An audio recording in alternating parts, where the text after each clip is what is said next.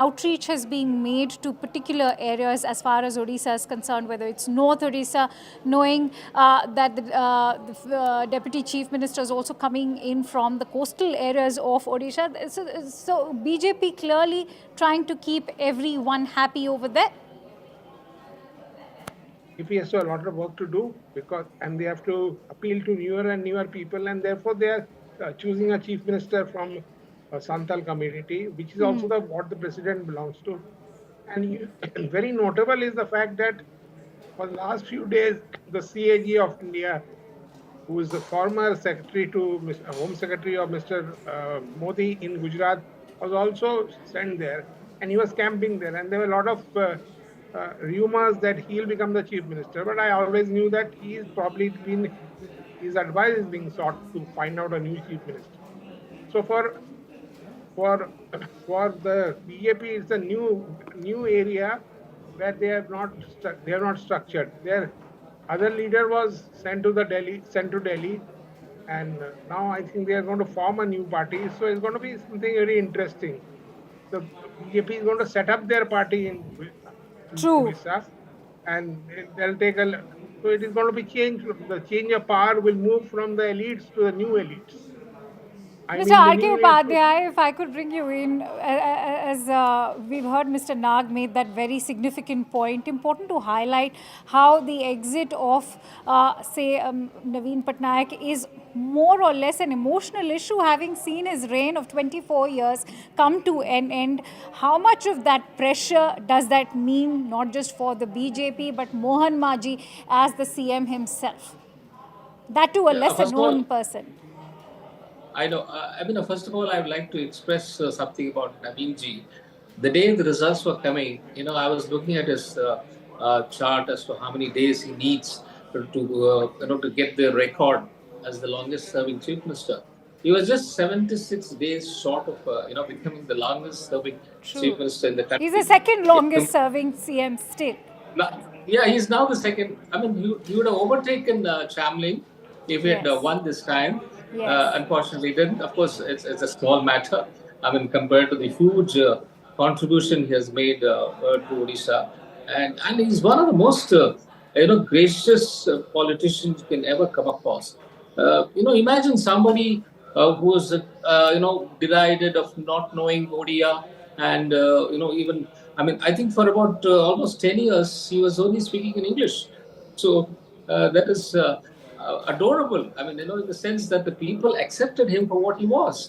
So I think he later on learned Odia, but still, he was more comfortable in English. So, but he never lost his voice. Whenever he was on the national scene, he maintained his voice, and he maintained distance between the BJP grouping and the opposition grouping. So that was one, clever politics he played throughout his career as a chief minister. And then, he ensured that whatever Odisha wanted got. So he was able to get it. So, and whenever Modi required his help, he did help through the Rajya Sabha, where he had a good number of MPs. So whether it was Ram Mandir or the Article 370, it was Naveen Patnaik's BJD which did help the BJP to get the numbers required. So that being the case, I think Ram Charan Majhi has a good mentor to look forward to. It's very nice of him to have gone and invited Naveen Patnaik ji, and it's wonderful of him to have attended it. All right, Kingship Nag, I'd like you to comment on that point that's being made. Many political pundits are also calling it a breakaway from tradition kind of a choice as far as Mohan Charan Majhi is concerned. You heard the opinions right now. There's also a talk about how anglicized Naveen Patnaik was. And here you have Mohan Majhi, who's being known and being lauded already for having that grassroots connect. But more importantly, he's a tribal face. And BJP has been consistently known to be making that outreach to the tribals, particularly in the context of Odisha. How crucial is that, considering the 2011 census indicated that there was a tribal population of over 22%? I think it's very significant that they are appealing to the tribals. The President of India is also a tribal from the same area, and now the Chief Minister also.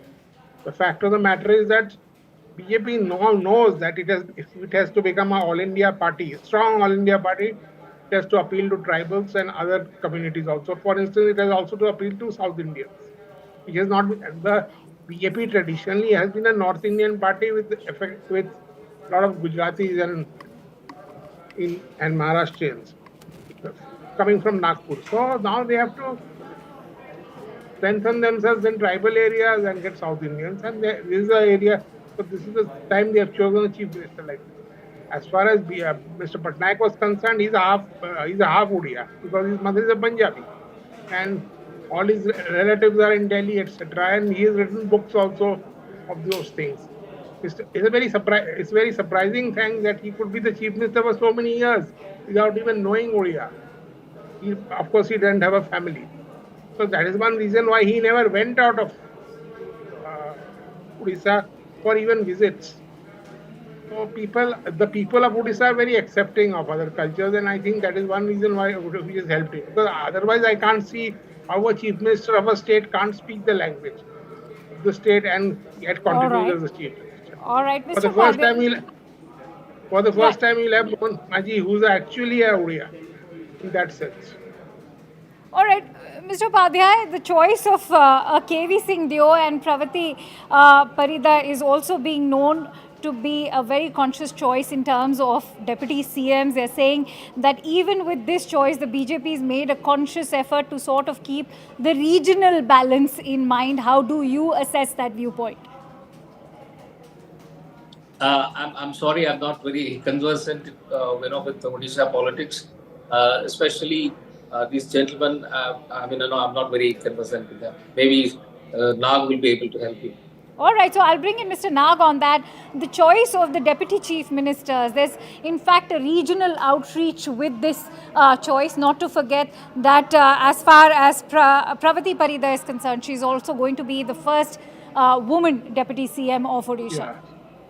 So that is also very significant because in the new era, BJP is also giving a lot of importance to women, and therefore she's from tribal, she's from Cuttack or somewhere, I think. And the other one gentleman is Mr. Singh Deo. Singh Deos are originally Rajputs, so he's giving importance to traditional elites also, but the most important are the tribals and other people. I think it's a good strategy. BJP as a party does not exist. Sorry to interrupt you there, Mr. Nag. In fact, for the benefit of all our viewers over there, we can see Prime Minister Modi arrive on stage. Remember, this is in the presence of Raksha Mantri Rajnath Singh. And yesterday we saw Dharmendra Pradhan also, in fact, being appointed as the central observer when the announcement was made. Prime Minister Modi over there being greeted by the CM-elect Mohan Majhi, who is going to be sworn in as the new Chief Minister of Odisha. After 24 years, Odisha is going to have a new Chief Minister, and that marks a new beginning of sorts. You can see Yogi Adityanath, the UP CM, also very much in attendance. What's heartening to see is that the CM, Naveen Patnaik, now who's making an exit, the retiring CM, is also very much part of the stage. I'm going to, in fact, bring in Mr. R.K. Upadhyay. A heartwarming sight indeed, Mr. Upadhyay, to see Naveen Patnaik also very much part of this entire extravaganza that we are seeing on stage. No, absolutely. I mean, especially after a surprisingly bitter campaign during the Lok Sabha elections. Prime Minister Narendra Modi and Naveen Patnaik have had very cordial relations, and often they have been talking to each other. And I remember just about 2-3 months ago when the Prime Minister had gone there, they had a wonderful meeting, and they praised each other, and always they've been on very, very good terms.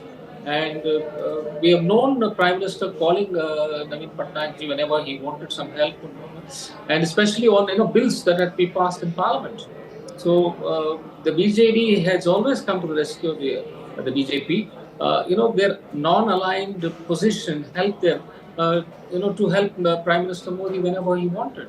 So that was very, very gracious of him, to be at hand whenever BJP wanted, especially on very important issues like Article 370 when it was passed, in the Rajya Sabha as well.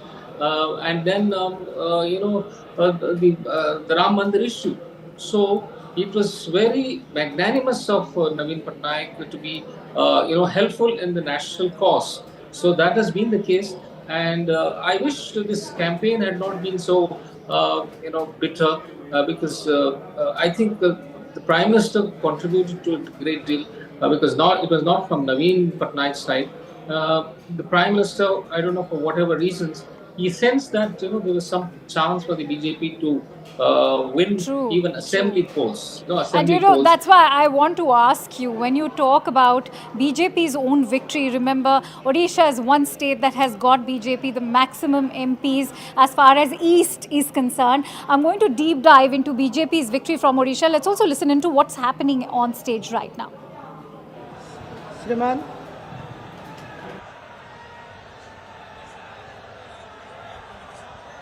श्रीमान निर्वाचित मुख्यमंत्री नियुक्ति आदेश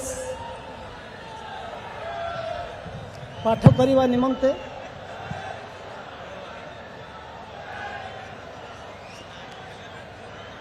श्रीमान निर्वाचित मुख्यमंत्री नियुक्ति आदेश पाठ करने निमित्त मु आपणकर अनुमति कामना करुछि।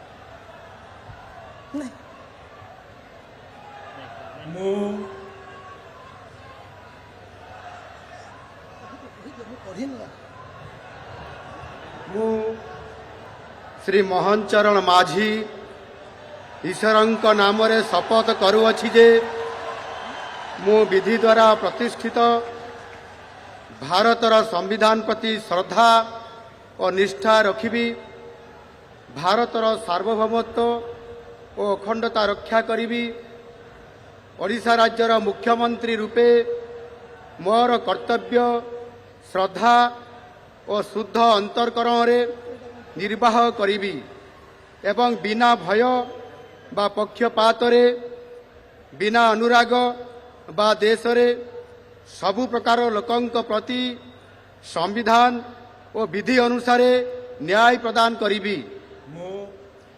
मु श्री मोहन चरण माझी ईश्वरंक नाम रे शपथ करुअछि जे जो विषय राज्यर मुख्यमंत्री रूपे मोर विचार को अणाजिब बा मते ज्ञात हब ताहाकू एपरी मुख्यमंत्री रूपे मोर कर्तव्यर समुचित निर्वाह निमित्त जेपरी आवश्यक हब तत् भिन्न प्रत्यक्ष बा परोक्ष भावे कौनसी व्यक्ति बा व्यक्ति माननकू जणाइबी नहीं बा प्रकट करिबी नहीं। धन्यवाद।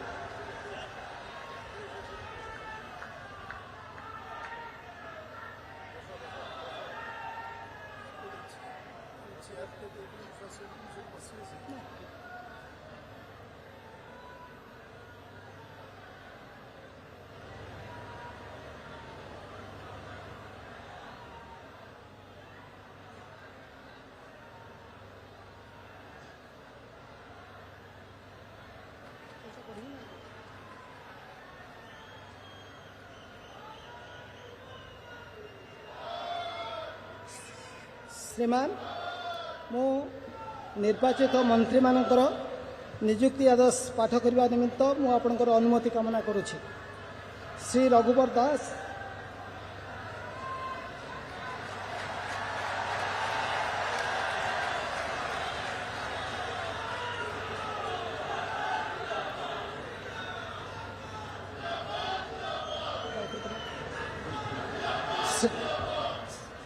श्रीमान निर्वाचित मंत्री मानकर नियुक्ति आदेश पाठ करने निमित्त मु आपनक अनुमति कामना करुछि।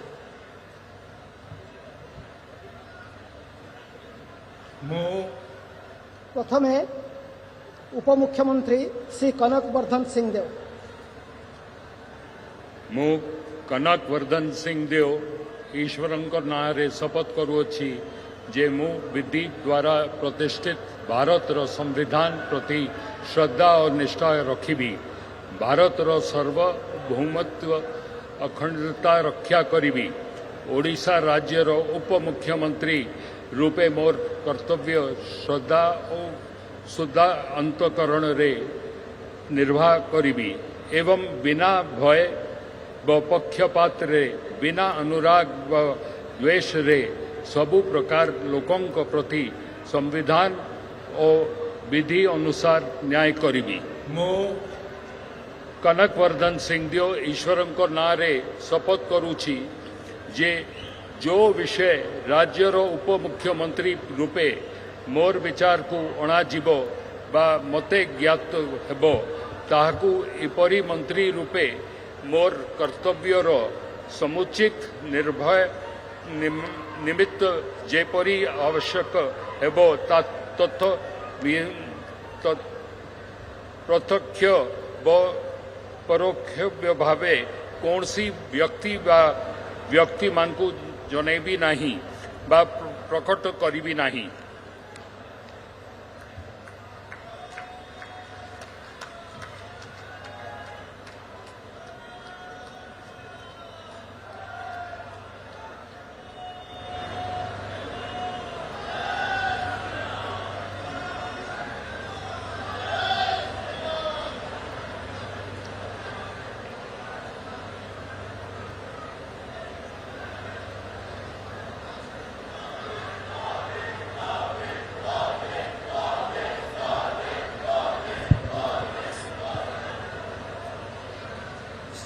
श्रीमती प्रभाती परिडा।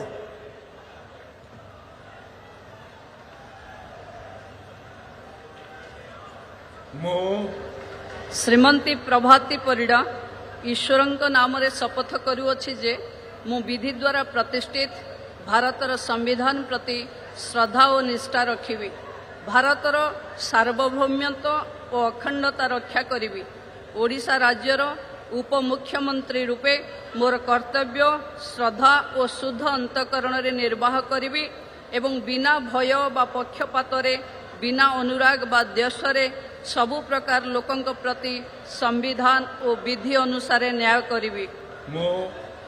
श्रीमती प्रभाती परिडा ईश्वरंक नाम रे शपथ करुअछि जे जेउ विषय राज्यर उपमुख्यमंत्री रूपे मोर विचार को अणाजिब बा मोते ज्ञात हेबो ताहाकू एपरी उपमुख्यमंत्री रूपे मोर कर्तव्यर समुचित निर्वाह निमित्त जेपरी आवश्यक हेबो तत् भिन्न प्रत्यक्ष बा परोक्ष भावे कौनसी व्यक्ति बा व्यक्ति मानकू जणाइबी नाही बा प्रकट करिबी नाही।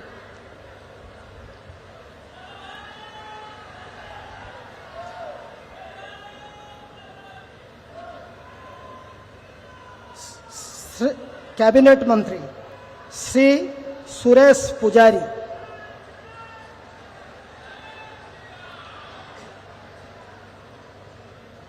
मो श्री सुरेश पुजारी ईश्वरंक नाम रे शपथ करुछि जे मु विधि द्वारा प्रतिष्ठित भारतर संविधान प्रति श्रद्धा और निष्ठा रखिबी, भारतर सार्वभौमत्व एवं अखंडता रक्षा करिबी, ओडिशा राज्यर मंत्री रूपे मोर कर्तव्य श्रद्धा एवं शुद्ध अंतरकरण रे निर्वाह करिबी एवं बिना भय बा बिना पक्षपात रे बिना अनुराग रे बा द्वेष रे सबु प्रकार लोकंक प्रति संविधान और विधि अनुसार न्याय करिबी।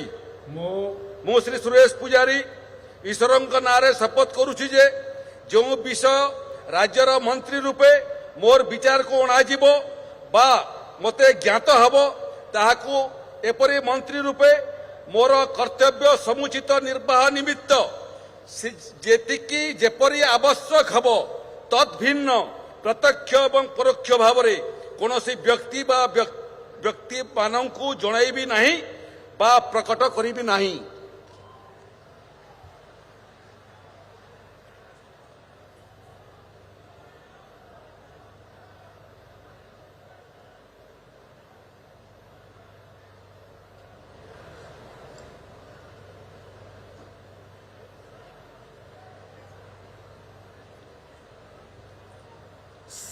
श्री रवि नारायण नायक।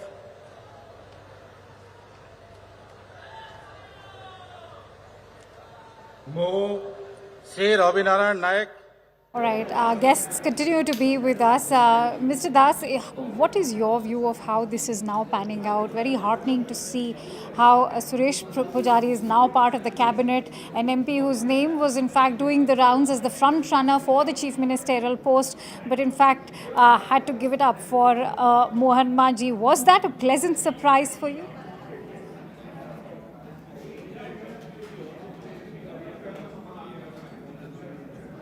Mr. Padhyay, can you hear me? Hello. Mr. Das, Yeah, can I you didn't get it. I didn't get the Mr. question. Das, heartening to see that Suresh Pujari is now taking oath as one of the cabinet ministers in Odisha. But remember, his name was also doing the rounds as the front runner, and Mohan Majhi's name was in fact actually sprung as a surprise by Raksha Mantri Rajnath Singh.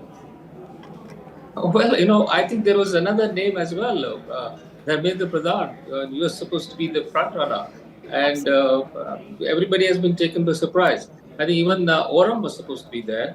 So, see, we don't know how BJP works. There are certain mysterious ways in which these selections are made, just as we saw in Madhya Pradesh, in Rajasthan, and more recently even in Haryana. How in the last minute, they changed the chief minister, which probably didn't go well with one can still fathom why Dharmendra Pradhan's name was not really now given much weightage as far as Odisha's chief minister is concerned, perhaps because Prime Minister Modi wanted him in New Delhi. But having said that, what do you make of the BJP victory and the entire calculation behind it to challenge a government of, say, a Naveen Patnaik after 24 years? I think they worked really strategically in this election because, to achieve a victory of 19 out of 21 in, Odisha, it's remarkable. I mean, nobody expected. I think none of the exit polls either mentioned 19 out of 21. So that was remarkable. And of course, usually what happens is when you have a simultaneous election, it has a impact on the assembly polls as well. Which is what we have seen, across the country.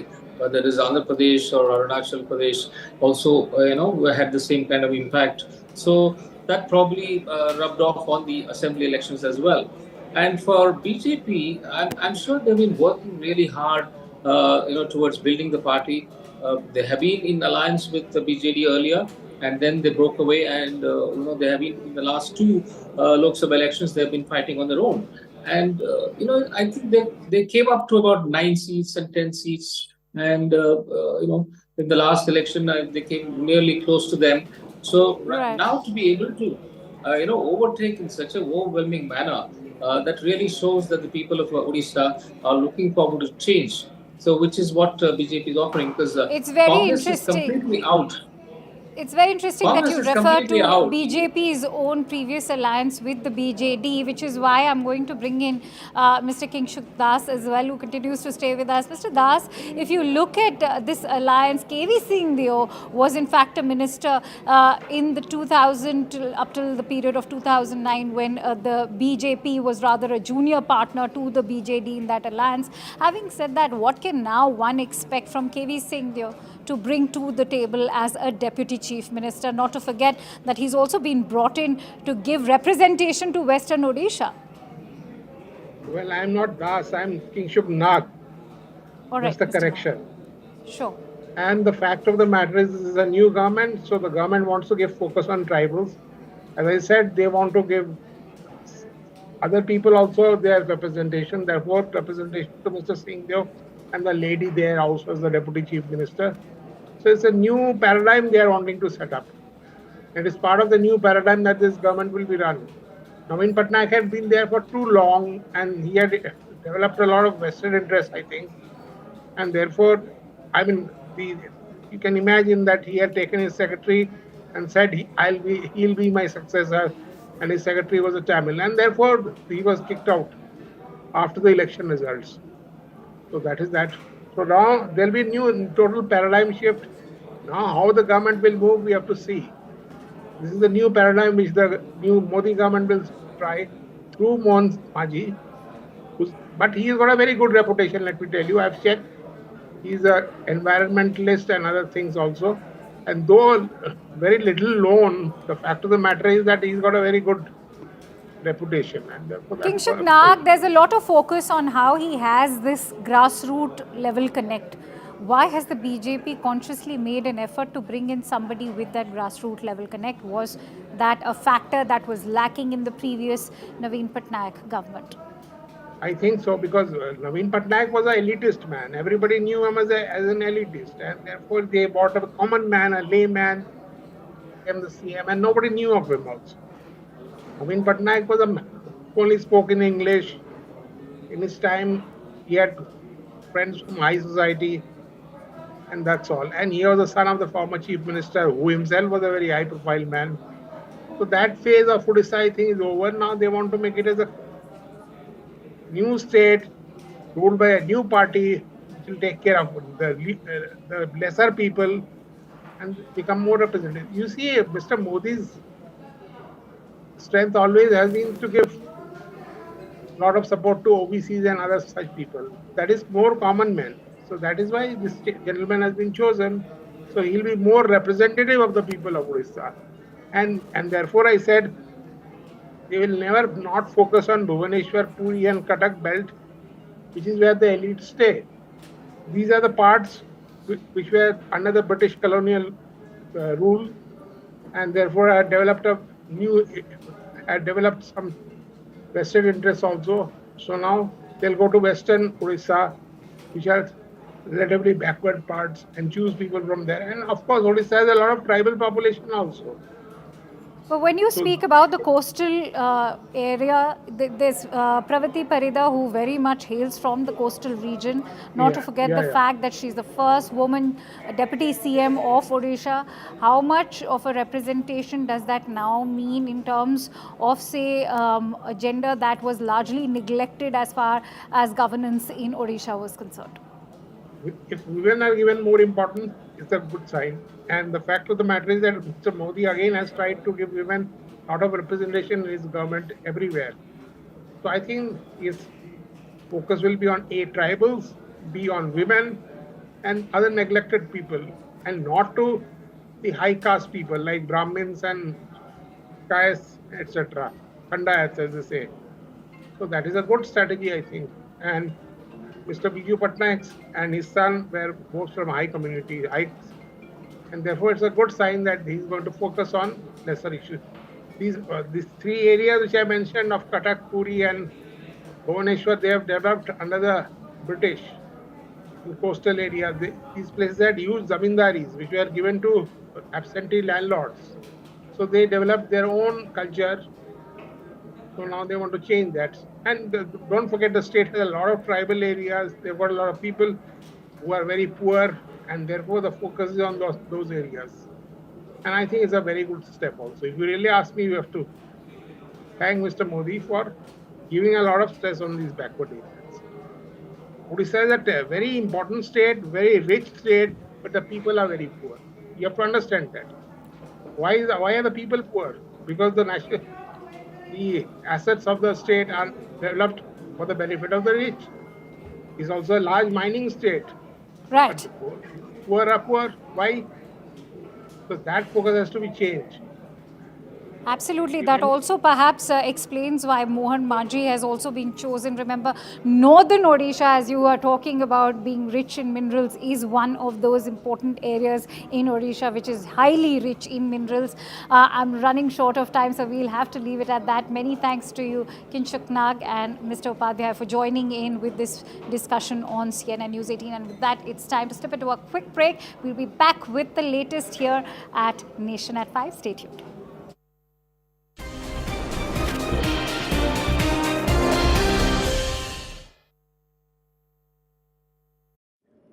They have to quit going to college because they can't make it to college on time, and especially women, they avoid going to colleges because the colleges or schools, because it's so far and it takes them so much time. So that's the time I realized that connectivity is just not about beautification or municipal development, or I would say that a place looking better. It's also that the facilities that we are doing, basic facilities, should reach them on time. Right. Shambhavi, but as a woman MP, the gender which is in clear minority when it comes to the parliament, even the current one. Are there certain issues you find close to your heart that you want to raise in parliament?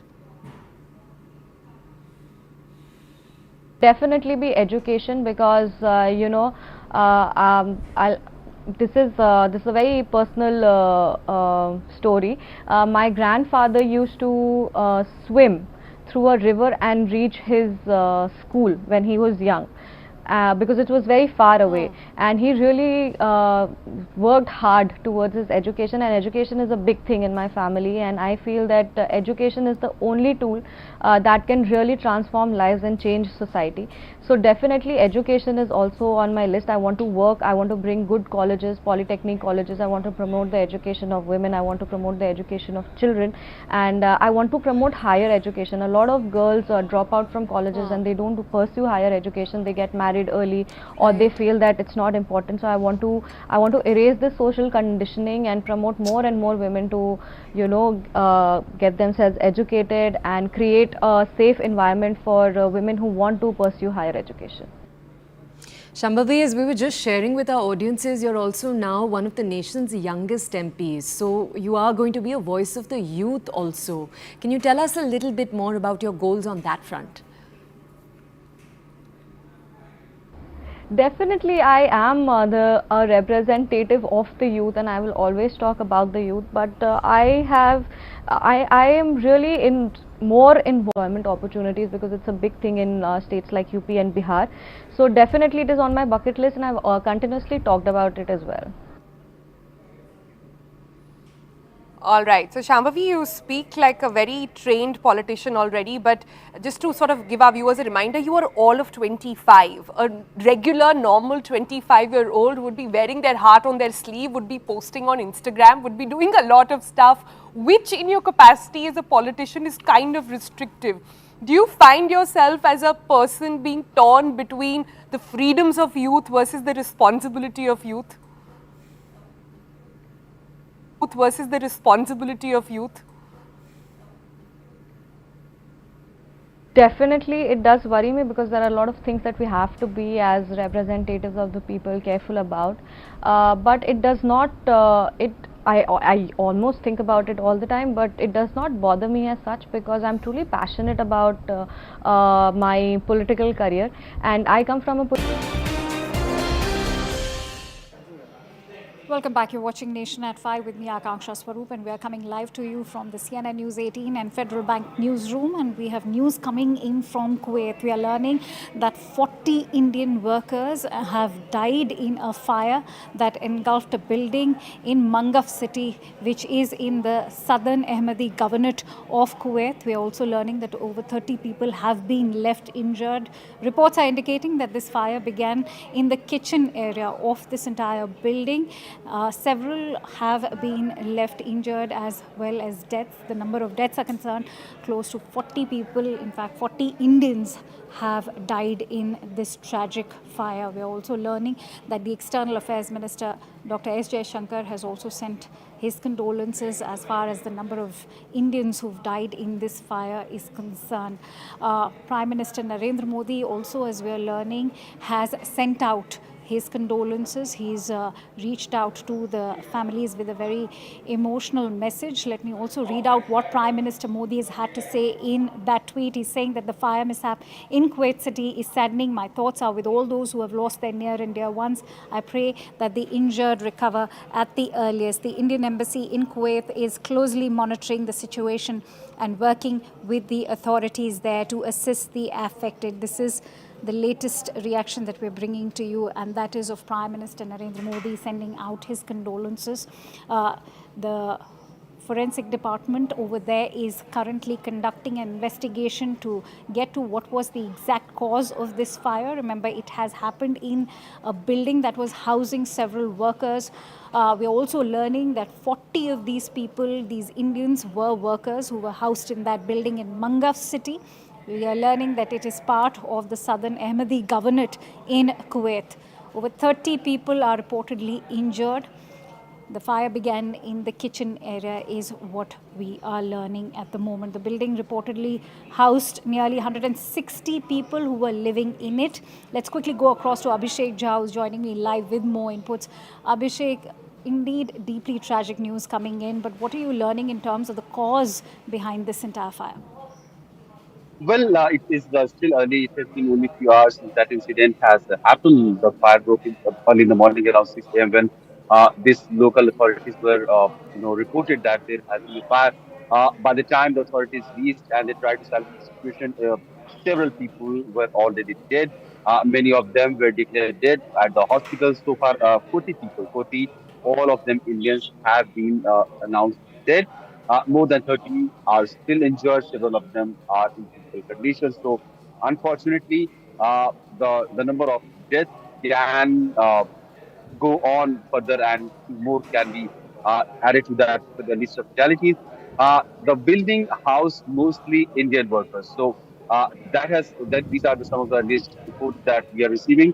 The Indian ambassador there, he has visited the hospital. He has met with the injured people, and he has assured them of all sort of help. We have already seen Peace Special Affairs Minister as Jaishankar. Then Prime Minister Modi has also expressed his condolences and assured the family members of all sorts of Right. help that Indian government will be Abhishek, able to how extend to them. is the Indian embassy there now reaching out to the family of the deceased and also those who've just been evacuated from the building? Are there any kind of emergency helpline numbers?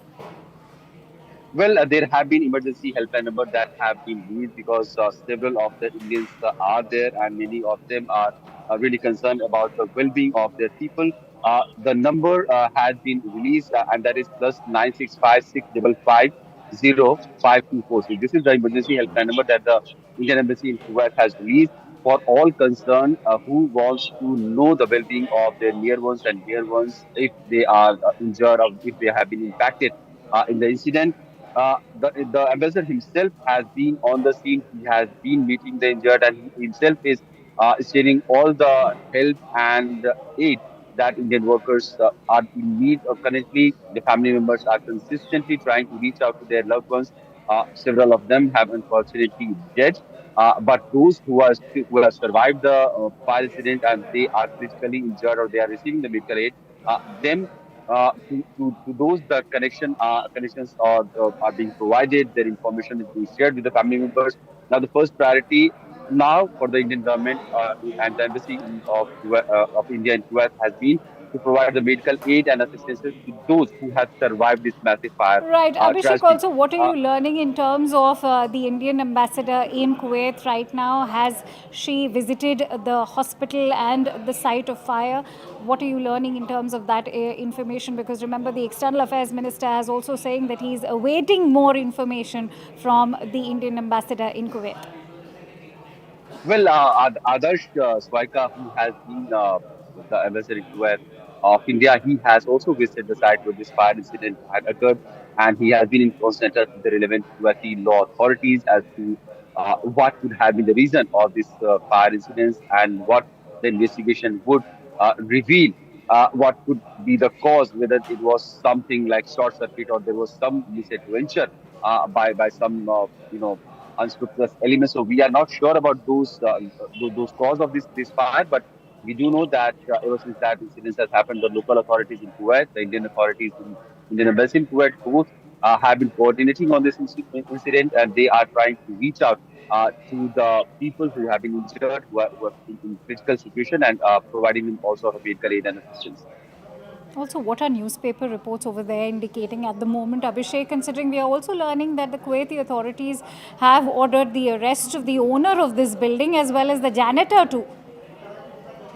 Well, of course, the safety measurements that the building owner should have taken before housing these many laborers or the workers, whether they were right in place, whether the fire extinguishers were right in place, whether the electricity lines, the fire pipelines, and the water pipelines were all in place, where the building had the permission to house these many number of occupants. These are the issues that the authorities are trying to investigate, and for further interrogation, the local authorities have also apprehended these people, the owner of the building, and other officials or the other people who have been directly engaged with the management of that building. and they are being further probed to know the legal aspect of the entire building, which was housing these many workers, and also what may have caused the fire incident. So these are Right. the current situation on ground. Many have been dead. It has been only a few You know, hours. as So far as Indians in Kuwait is concerned, Abhishek, we all know that Indians constitute a major part of the workforce over there. Having said that, how many more, as far as Indians engulfed in this entire fire are concerned, how many more could in fact have been injured? What are you learning from your sources in terms of the hospitalizations? well, there have been several hospitals who are treating the injured. One of them has been Parwania Hospital, where 6 workers have been getting treatment. Then there are other hospitals also in the vicinity which have been giving treatment to these critically injured people. The building housed people from several nationalities, but mostly they were Indians. So we still don't have the details of the Indians from which states or which localities they belong to, but 40 plus 40 is the figure that has been confirmed that these many Indians have died unfortunately in this fire incident. 30 and more people are injured. Several of them are in critical conditions. So we don't know whether all of them will be able to recover well. Right now, the priorities have been two-pronged. First, of course, the investigation of the entire episode of fire tragedy, and the second has been also to provide all the medical assistance to those who have been injured and to those who are in need of medical assistance. Also, the Ministry of External Affairs and the Indian Embassy in Kuwait are coordinating in for the reaching out to the people or the family members of those who have been dead and those who are also getting medical attention right now. Whether the calls or the inquiries are being directed to the Kuwaiti Indian Embassy in Kuwait, and the queries are being answered by the officials there as to how many people are there, whether uh, because we know the desperate cause must be going to Kuwait right now from all And across since the you're country. So mentioning nobody those knows. desperate calls, Abhishek, what are you learning from your sources within the ministry? How is the ministry willing to help out now in evacuating these Indians? We've seen how the Ministry of External Affairs swings into action whenever there's an emergency situation. What are you learning in terms of the evacuation of all those Indians who are currently stranded there? Akansha, the first thing will be, of course, to provide the medical attention that these injured people will be needing. Of course, when the dust will settle a little more, the first priority will be the demand of the people from home back home that the mortal remains of those who have been killed in this tragedy should be flown back to home for their last ride. So, how the Indian Embassy is going to arrange for that, they are going to facilitate for that. That is also is going to be in the mind of authorities right there. Right now, the people who are critically injured, the when and how soon can they recover and they can come back home. That is also the authorities are weighing right now.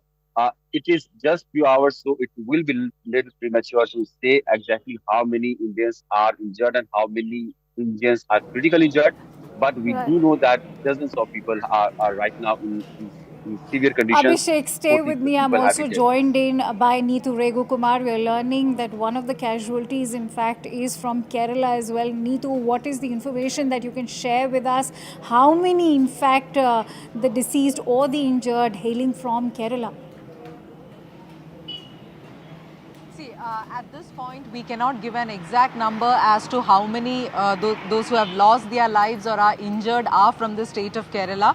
But what we understand through government sources here is that this was a company owned by a NRI from Kerala. So this person, the company was of a person from the state of Kerala, and many of the employees there were Malayalis. So that is why the state feels, or what we are learning through sources is that the numbers, once the details come in, there could be more numbers of people from the state, because employees were, there were many employees from the state of Kerala in this particular company where this fire has broken out. The government sources are also telling us they are waiting for more details as to get how many have lost their lives and their details. Only after that they can ascertain how many are from the state of Kerala. But what we are learning is that many of the employees in that company were from the state of Kerala and also from the country. The Norca Routes has also setting up a helpline in Kuwait to help the people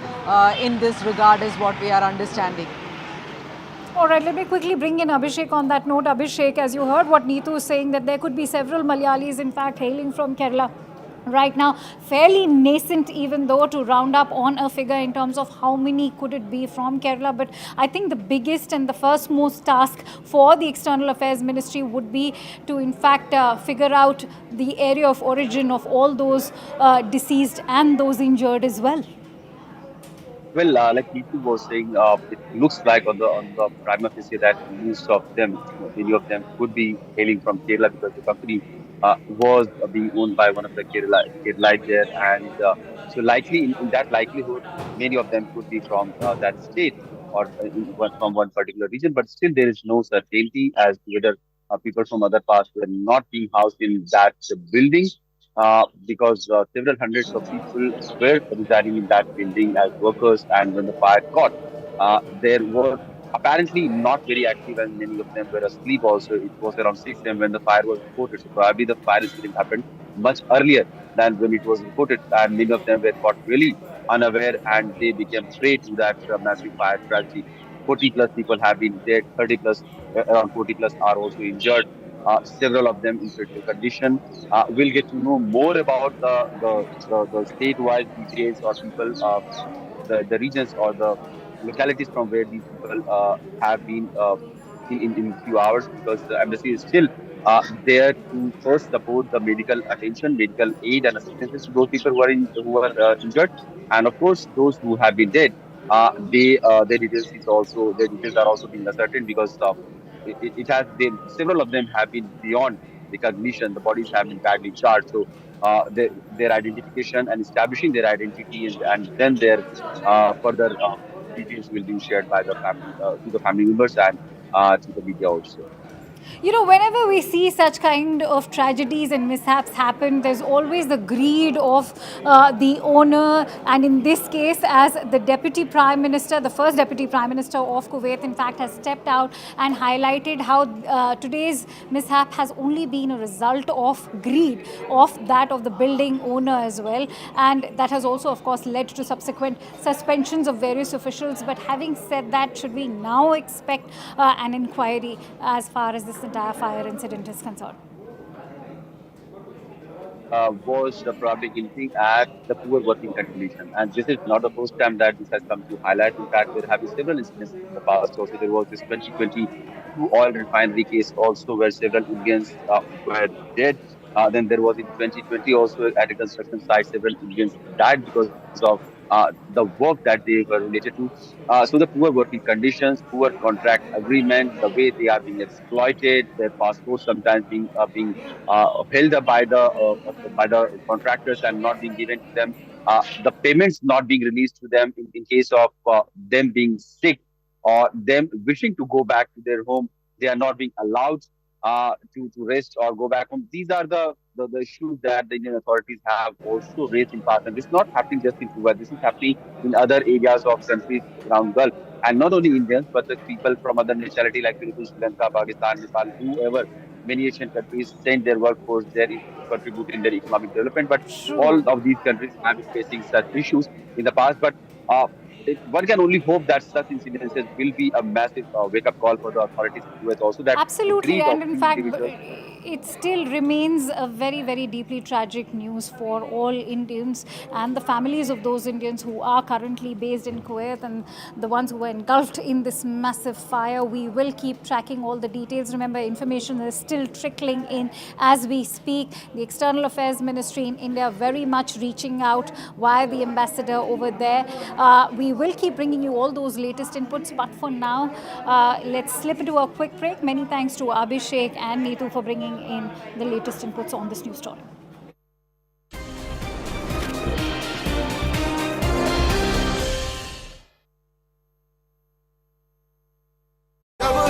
And I've seen, you know, the only thing that I always keep telling people, the most important thing that I learned from my father was, you know, the world always shows you the good side, but it's only your family that shows you the bad side. So my father has always taught me how to deal with the bad times in politics and how to graciously welcome whatever decision comes from the people, whatever mandate comes from the people. You will have good times, but you will have bad times as well.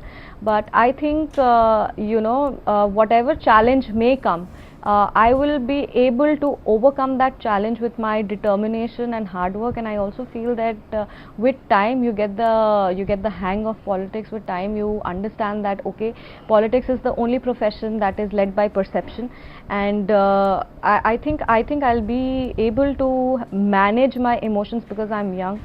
So I think I'll be able to manage my emotions well, and being in politics is definitely a blessing, but I understand that with politics there may come times when it will not be the best of times, but I'm aware of that, and I'm ready to take whatever challenges may come. Shambhavi, you're really not speaking like someone who's new to this. You're speaking with the experience, the maturity of someone who's decades older. It's so lovely. It's in fact so rare to hear someone speak with this kind of wisdom, especially at 25, but even frankly from those who are older. So it was so lovely to speak to you. Thank you for joining us here on The Breakfast Club. Thank you for having me. Thank you for giving me this opportunity, and I really hope that whatever expectations the people of this country have from me, I can deliver to that. Thank you.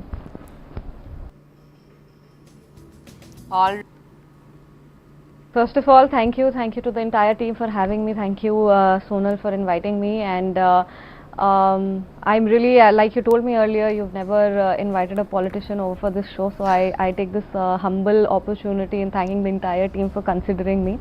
How I am celebrating this victory, honestly, everybody is asking me, how are you feeling, what is the feeling like now that you're finally a parliamentarian, and I only have one reply, that I still haven't found the time to consume the entire process properly. There's so much been going on, and I'm constantly meeting new people, connecting to new people. Although this part I'm thoroughly enjoying, but I still haven't found the time to have any kind of celebrations as of yet. All right, but Shambhavi, tell us this: how does a 25-year-old girl like you, who went to LSR, went abroad and did her studies, come back to being a politician? How did that come along? So basically, I'm a third generation politician from my family. I've always, I grew up in that environment since childhood. I've seen my father and grandfather serve people, and it has had a very positive impact on my mind. Young people in politics, I think when I see politics, I see myself as a catalyst of change. Now that I'm a representative. Welcome back to Nation at 5. Remember, today has been a monumental day because the NDA has seen the government formation of two crucial states, one of course Odisha and the other Andhra Pradesh. Today we also witnessed Chandrababu Naidu join hands with the Janasena, and of course we've seen Pawan Kalyan, who's now emerged as the dark horse of Andhra politics, take over as the Deputy Chief Minister of Andhra Pradesh. We also witnessed a very warm and heartwarming moment between Pawan Kalyan, Prime Minister Narendra Modi, and K. Charanjeevi, his superstar actor. We leave you with this special report. Thank you so much for watching.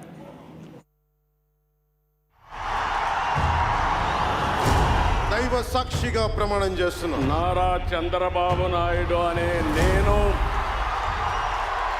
It's a new dawn and a new government in Andhra Pradesh. After the NDA had a thumping victory in the Assembly and Lok Sabha polls in the state, TDP Chief Chandrababu Naidu took oath as Chief Minister. But all eyes were on this man, bar star Pawan Kalyan. After his Janasena party had a 100% success rate in the elections, Pawan Kalyan was rewarded with the Deputy Chief Minister's post. Pawan Kalyan అనే నేను ఆంధ్రప్రదేశ్ రాష్ట్ర మంత్రిగా నా పరిశీలనకు వచ్చిన. Known as the bar star, Pawan Kalyan is one of the most popular action heroes in Telugu cinema. He is also the younger brother of megastar Chiranjeevi, so it was no surprise that his swearing-in ceremony was a star-studded affair. 55-year-old Pawan Kalyan made his acting debut in 1996 and went on to star in at least 30 films.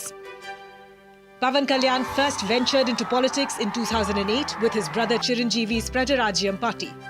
But it turned out to be a failed experiment and eventually merged with the Congress. In 2014, Kalyan floated his own political outfit, the Janasena party. But he did not contest the polls that year and instead extended support to the TDP-BJP alliance, which came to power. The JSP fought the first Assembly and Lok Sabha elections in Andhra Pradesh in 2019 on its own. But the party faced a humiliating defeat, with Kalyan losing in both Assembly constituencies he contested from. Despite the poll debacle, Pawan Kalyan didn't lose heart, and he kept targeting YSRCP chief and then Andhra Pradesh Chief Minister Jagan Mohan Reddy. He slammed Jagan's 3 capital plan and took on the government on alleged corruption. In 2022, Kalyan launched Janavani, in which he held small public meetings to listen to people's grievances. His politics always has a touch of flamboyance. In November 2022, Kalyan appeared on the scenic Kapulapada Rushikonda beach in Visakhapatnam to protest against alleged construction violations in the region. In November, Kalyan was stopped by police from going to Ipatam, a place where the local administration had demolished several houses. Instead of heading back, he climbed onto the roof of his car and sped towards Ipatam. After Chandrababu Naidu was arrested in the alleged AP Skill Development Corporation scam in 2023, Pawan Kalyan put both his political and acting careers on the line when he declared his support to the TDP chief. Kalyan also maintained cordial relations with the BJP as part of a long-term strategy to take the fight to the YSRCP. A TDP-JSP-BJP alliance was finally sealed in March this year, just in time for the elections. और ये जो यहाँ दिखता है ना पवन, ये पवन नहीं आंधी है. The gamble paid off. Not only did Naidu make a spectacular comeback in the state and the Lok Sabha elections, Pawan Kalyan's Janasena party had a 100% success rate, winning all 21 Assembly and 2 Lok Sabha seats it contested. Pawan Kalyan himself won from the Pitapuram Assembly constituency against YSRCP's Vangagita Vishwanath.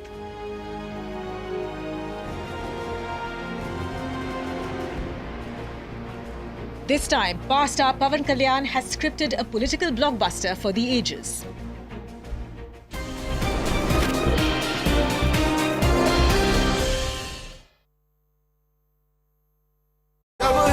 People, by the people and for the people. It also gives me an edge to put my visions across, to put my thought across. I think that now, as a parliamentarian, it's my duty to bring new ideas, new values to the entire political system. And you know, what's been going on is something that I really experienced during my campaign is that people have lost touch with their voters. They are not connected to them emotionally. There's no heart-to-heart connect with their voters. Now it's just about vote bank and vote share. Shambhavi, you kind of touched on this. Tell us, when you've spoken to people, what do you believe in the area that you're now going to be the Lok Sabha MP of? What are the issues that matter? Core issues, definitely I come from, I have been elected from the Samastipur Lok Sabha. The constituency, Samastipur, is a little backward till now. There have been, it has been lacking few things that are basic. Such as it does not have proper connectivity as of yet.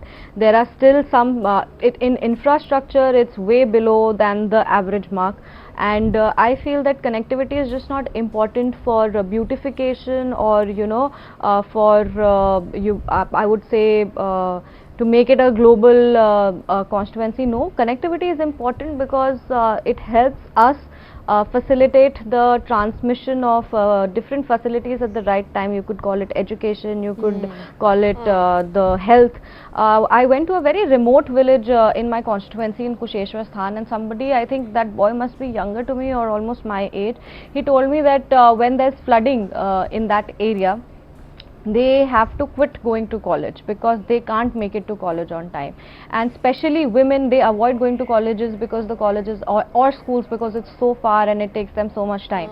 So that's the time I realized that connectivity is just not about beautification or municipal development, or, you know, I would say that a place looking better. This is CNN News 18 and Federal Bank Primetime Studio.